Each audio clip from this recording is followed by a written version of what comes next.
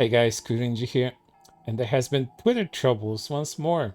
In this month of October, what's scarier than progressives, so-called progressives, demeaning and insulting a black woman for speaking about her experiences with fiction? And what kind of fiction are we talking about today? Oh, we're talking about DC Comics, my favorite American comic group, comic company, whatever you call them. I'm a DC fan, never was a big fan of Marvel, but both DC and Marvel have this current problem, a very modern day problem. But before I get into that, I'd like to say that I'd like to preface this video that I usually don't get and I don't engage in racial politics. I'm not a VTuber, I'm not a skeptic, I'm not any of those ye-old channels that in the past, at least, if you remember, post 2014 years, where a lot of these channels have popped up criticizing and basically talking about all aspects of popular culture. Nowadays, a certain man in a beanie calls this culture war. I just call this shit posting online, but whatever definition you want to use, I just want to say that I don't get into discussions like this very often because they're very divisive and they never invite good discussions by my experience. But today's case has been so blatant, it has been so typical of what today's progressives do to minorities, black people, Asian people, whichever people that aren't white, and how they actually behave when they're confronted with disagreement from said minority group. And all of this over a comic book opinion. But let's get right into that, as this person on Twitter, a half-black woman by the name of Jen Gentry, talks about the new Alan Scott Green Lantern comic that deals with him being a queer man in the 40s. This is a very nice art. However, Alan Scott wasn't gay in the 40s. The gay retcon is fairly recent change, and it's not cool to use his new queer label to sell a book. Queer people are more than their sexuality. These are superhero comics, not romance novels. And this is the particular book in question. Hey, I did a variant cover for this cool book called Alan Scott the Green Lantern, set in the 40s. Telling his story as a closeted queer man, should be for issue 3. And I completely agree with Jean here on this aspect of comic book writing. Nowadays, they really want to push one specific thing that deals with the identity of specific characters, and that basically becomes an excuse for tokenism. This particular character with decades of history, decades of deeds, heroic and otherwise, that define him as a character, is all just distilled into the fact that he just happens to be gay or whatever other identity, whether sexual or otherwise, they claim to have. And all of this can be subject to interesting writing, but nowadays writers just basically do this. Hey, this guy is gay. Celebrate him for being gay. What else did he do? Doesn't really matter. He's just gay, and his gayness is front and cover of everything. Does this call for good writing? Well, of course not. When it comes to that sort of thing, it's just as I described it. It's tokenism. It removes all aspects of the character, pre-established aspects of the character, and just makes him this one thing. And once again, I completely agree with this notion that queer people aren't just their sexuality. They are a lot more, especially if they have established histories like Alan Scott does.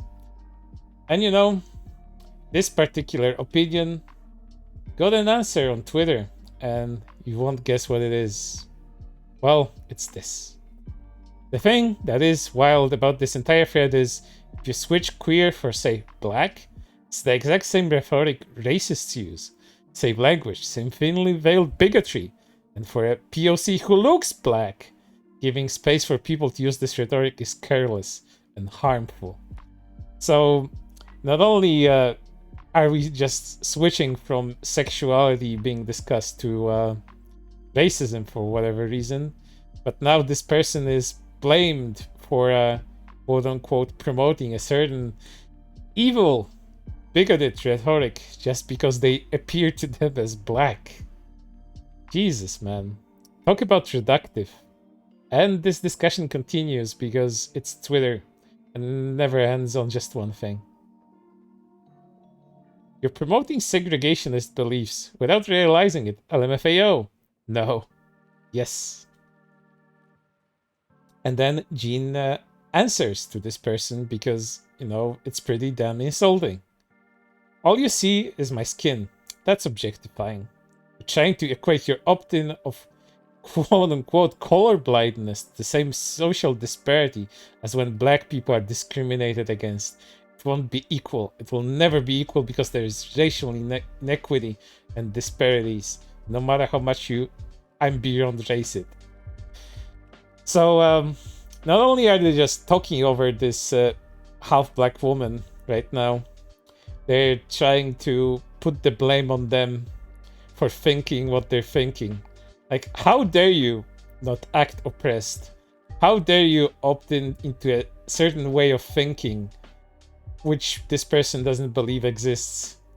This person really doesn't believe that some people out there are just colorblind in the sense that a person's skin color doesn't matter to them. It's the content of their character, who they are as a person. But no, everything has to be about racial and gender politics nowadays with these quote-unquote progressives.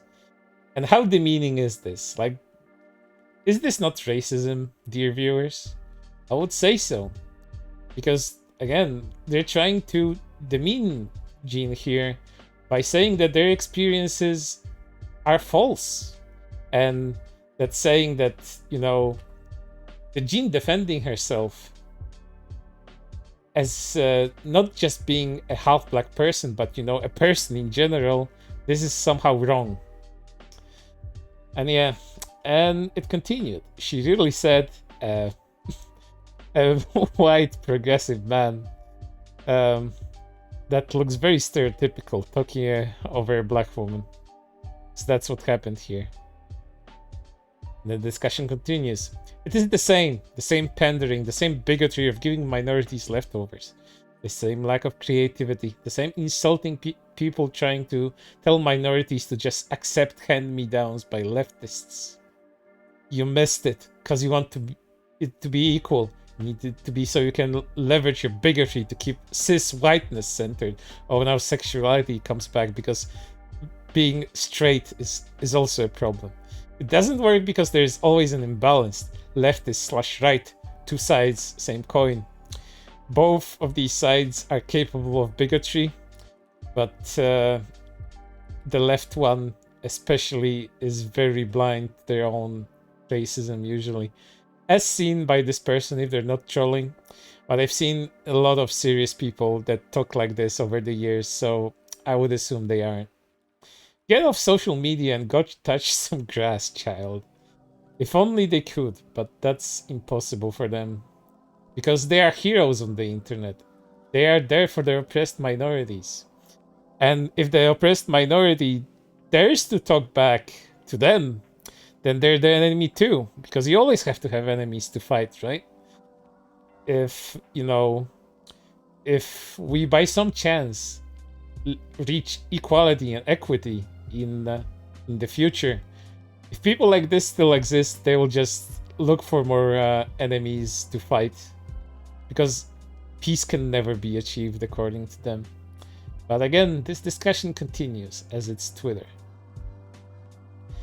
As Jean Grey now quote retweets that first answer of this very weird leftist.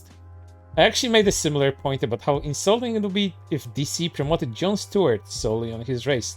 If any of you don't know, Jon Stewart is another Green Lantern, at this time a black person. I'm indeed half black, and guess what? The other half isn't white. It's almost like I have a brain beyond my skin tone or ethnic background.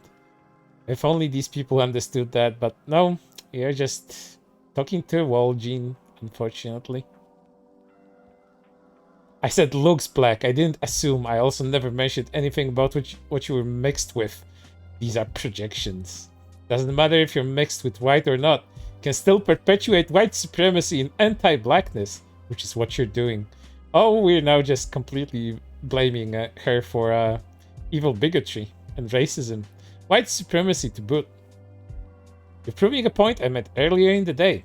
And here's Jean relaying what she got for having an opinion as a half-black woman about comic books and queerness. I've been called a racist, as a C-slur, a misogynist, a race traitor, a gender traitor, a B, a whole host of obscenities for my opinions. But those who throw vitriol my way are never called out. They often block me after a certain time, and then they talk to their echo chambers because that's their safe space. These people don't like pushback at all. When they get it, they either scream like this Psy person or just end up blocking because you can't have a discussion without name calling and blaming. Nothing's being proven, beloved. I didn't meet you with vitriol. You're used to experiencing it and assumed that was what I was doing. You can't ascertain my tone through text. Well, you just called her beloved. How is that not looking down on her? This is just such a... Sorry, honey. I'm defending you right now. Why aren't you licking my boots and saying thank you? This is that kind of attitude this person's taking right now. So, so belittling. You can't ascertain my tone through text. I was bringing a peril to your attention in case you weren't aware. Then you called me names. Evil. If multiple people are experiencing you in the ways that you named and you have no need to self-reflect on how you show up other than to dodge accountability, make yourself a victim of a misunderstanding, that's your right. Oh, now we're blaming her even more. Like, honey, you deserve this. Like, don't you see how you perpetuate white supremacy by being a half-black woman? You have internalized racism, or whatever buzzword these people use to mask their own bigotry. You mean if multiple people engage with me in bad faith, I should just bow down and apologize for my grievous sin of voicing a critical opinion on pop culture? The brown woman must be quiet if she doesn't agree. In the tradition of my NYC brethren. Hell no. Again, another projection. Never said bow down. Never even said you had to change your mind. I offered perspective in the way someone's identity was being spoken about. You assumed it was bad faith because you obviously take criticism as an attack. You're gonna tell me that all this discussion so far wasn't an attack, like thinly veiled, passive-aggressive, no, you have to ascribe and subscribe to my way of thinking, otherwise you're a bigot, racist, whichever other label you want to slap on her.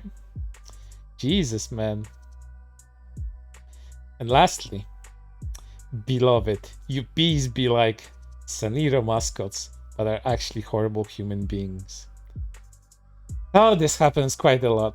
This Saniro aesthetic being adopted by terrible people that are usually anything but comfy and cozy. This happens a lot in my VTuber coverage, and it happens in other aspects of pop culture and social media as well, as you can see. And that, you know, calling black people race traitors, C-slurs, and all of that, that also happened in the VTuber community, because a black person dared to go against the grain, dared not to feel oppressed, dared to, you know, be a person and not a token for political activists to use.